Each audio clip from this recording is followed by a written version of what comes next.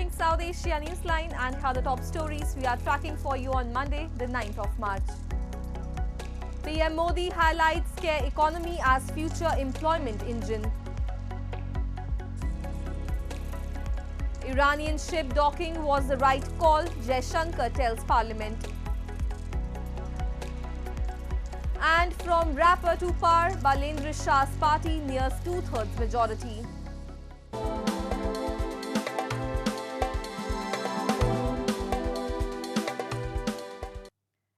And now for all the details.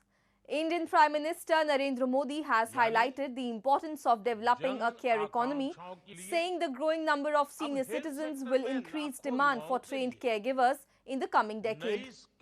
Speaking at a post-budget webinar titled Sabka Saath, Sabka Vikas, Fulfilling Aspirations of People, Prime Minister Narendra Modi said India must prepare its workforce for emerging opportunities in healthcare.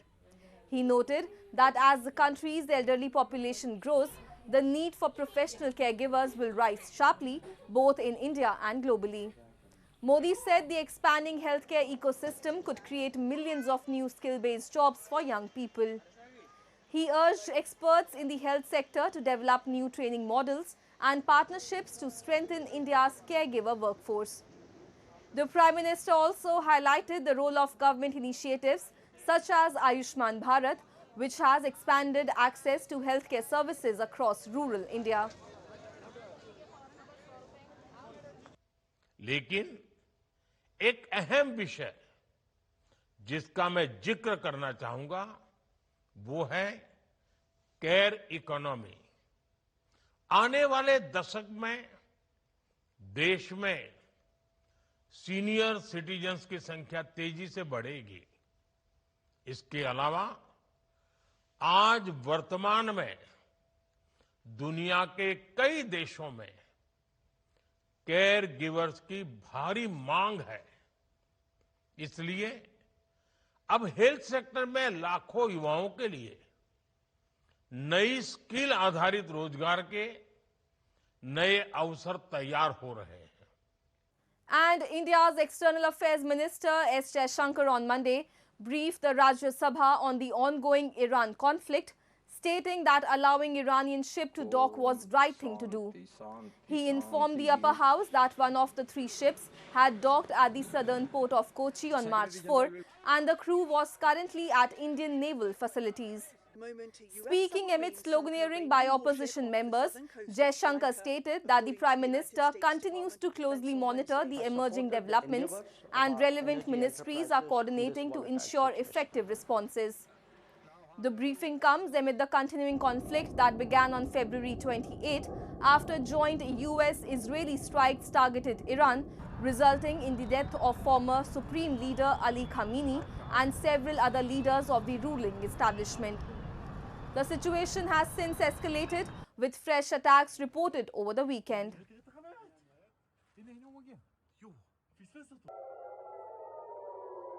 The Iranian side had requested permission on 28 February for 3 ships in the region to dock at our ports. This was accorded on 1 March. IRIS Lavan actually docked on 4th March in Kochi. The crew is currently in Indian naval facilities. We believe that this was the right thing to do, and the Iranian foreign minister has expressed his country's thanks for this human gesture. On the sidelines of the United Nations Human Rights Council 61st session in Geneva, activists and human rights defenders from South Asia raised concerns over growing religious intolerance and the need for stronger protection of minority communities in Pakistan and Bangladesh. A report. On the sidelines of the United Nations Human Rights Council's 61st session in Geneva, human rights defenders from across South Asia gathered to discuss growing concerns over religious intolerance in the region. The discussion, titled Religious Freedom in South Asia, was organized by Shivi Development Society along with the International Peace and Cooperation Center. They urged international organizations and United Nations bodies to closely monitor developments and encourage stronger protections for religious minorities. Countries like Pakistan, for example, or Bangladesh, their discrimination is embedded in the law, their law. So what we were sort of debating is how can we sort of learn from each other. The good thing is that the human rights activists who work on this issue, they are still very keen and willing to work with each other. More than 18 months, when was the Yunus regime in the Bangladesh power, they make a very desperate country in the country. There is a lot of communal violence, assertion, persecution, arson, brutally killing in the minority peoples. We have been very raised voice concern regarding this. So we have to raising the concern in international world, in all of the world, United Nations, Human Rights Commission, UNHCR, others, all international body, to make a recommendation to our new government in the Bangladesh to make the protection of the Bangladesh minority. Meanwhile, Lara DeLutis, a volunteer representing the Sam Hawley Trust, a community-based non-profit organization based in Rajasthan, in a separate interview with ANI in Geneva, spoke about the difficulties faced by migrants from minority communities who have relocated from Pakistan to India.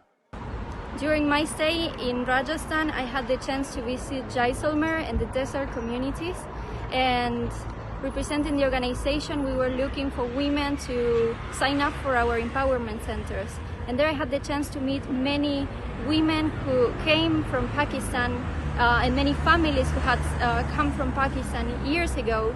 And we really saw the way they are living and the situation there. The reason why these people, unfortunately, are leaving their nation, which is Pakistan, is basically because of religious discrimination, which is absolutely intolerable. The escalating conflict in the Middle East is now hitting Pakistan and Bangladesh. Pakistan has announced a sharp hike in fuel prices, while Bangladesh has introduced fuel rationing as fears grow over disruptions to oil shipments through the Strait of Hormuz. We have a report. Pakistan has raised retail fuel prices by nearly 20%, citing a surge in global oil prices triggered by the conflict in the Middle East. The price hike is already triggering anxiety across the country. Long queues formed outside petrol stations in cities like Lahore and Karachi as drivers rushed to fill their tanks before the new prices took effect. Petroleum Minister Ali Pervez Malik announced a 55 Pakistani rupees increase per litre, pushing petrol prices to more than 321 Pakistani rupees and diesel to nearly 336 Pakistani rupees. Officials say the government had little choice but to pass on the cost of higher international oil prices to consumers. Some fuel stations have reported running dangerously low on supplies. कीमतों की रद्दोबदल की जो frequency भी है, क्योंकि उसमें बहुत ज्यादा तब्दीली डेली बेसिस के ऊपर आ रही है, उसको भी हम वीकली बिना के ऊपर रिव्यू करेंगे और इस निजाम को आगे चलाते हुए लोगों के लिए ईंधन की फराहमी को यकीनी बनाने की भरपूर कोशिश करेंगे. The energy shock is also spreading to neighboring Bangladesh, where the government has imposed emergency fuel rationing. Authorities have capped petrol sales at just 2 liters per day for motorcycles and 10 liters for private cars. In the capital Dhaka, long lines of vehicles formed at petrol stations as drivers waited for limited supplies. Officials say the rationing was introduced after panic buying and stockpiling threatened to drain fuel reserves. কাজ চলে যাবে কিন্তু যেভাবে করে আসলে দীর্ঘ line করে আসলে দাঁড়াতে হয় হ্যাঁ এটার জন্য তো মিনিমাম আধা ঘন্টা সময় চলে যাচ্ছে হ্যাঁ আবার যদি এটা তেল শেষ হয়ে যায় আবার তো সেটা দাঁড়াতে হবে আর কি লাইনে দাঁড়াতে হবে Nepal is on the brink of a major political shift. Vote counting in the country's parliamentary elections has entered its final phase. The party led by rapper turned politician Balendra Shah is dominating the results. His Rashtriya Swatantrata Party has secured 2/3 majority in the 275-member House of Representatives. Traditional parties like the Nepali Congress, the CP and UML are trailing far behind. The elections held on March 5 will ultimately fill 275 parliamentary seats, 165 through direct elections and 110 through proportional representation. Meanwhile, supporters flooded the streets of eastern Nepal after Shah won his seat in Jhapa, celebrating what could become one of the most dramatic political rises in the country's history. The 35-year-old first gained prominence as a rapper criticizing Nepal's political establishment before entering politics. Now we have finally got the youngest Prime Minister in the world. Hope we will not forget all his promises and will work on the behalf of people. Wish him good luck. Thank you. We trusted you. Now you should not play with our trust. We love you, Balin. Okay, bye-bye. Meanwhile, an investigation into the violent September protest, which left at least 77 people dead, has produced a report exceeding 900 pages. But Nepal's interim Prime Minister Sushila Karki says the government will not release the full findings before leaving office, leaving the next administration to review and implement its recommendations.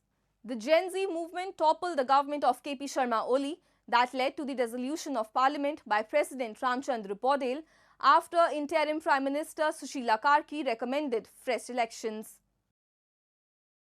यसको परिणाम पाएपछि अब यसको कार्यान्वयनमा त अब हामी त्यो समयसम्म हामी त रहँदैनौँ किनभने हामीले अब तुरुन्तै नयाँ सरकारलाई हस्तान्तरण गरेर जानुपर्ने अवस्था भएको हुनाले पछि सरकारले कार्यान्वयनको लागि त्यसको अध्ययन गरेर कार्यान्वयन गर्नेछ भन्ने मलाई चाहिँ विश्वास छ अब अहिलेको हकमा चाहिँ हामी आफू पनि अध्ययन गर्छौं. Meanwhile, marking the end of Holi, thousands of travelers in central India's Indore city took to the streets on Sunday to celebrate Rang Panchami, a festival observed 5 days after the Hindu festival of colours. The streets came alive with clouds of colour powder, gulal, as people joyfully sprinkled and smeared bright hues on each other, dancing to the beats of music in a massive gathering filled with energy and laughter. It not only marked the conclusion of Holi celebrations, but also symbolized joy, harmony and the spirit of togetherness. Celebrated at the onset of spring, the festival is linked to the divine love of Lord Krishna, his consort Radha. That's all in tonight's edition. We will see you same time tomorrow. Good night.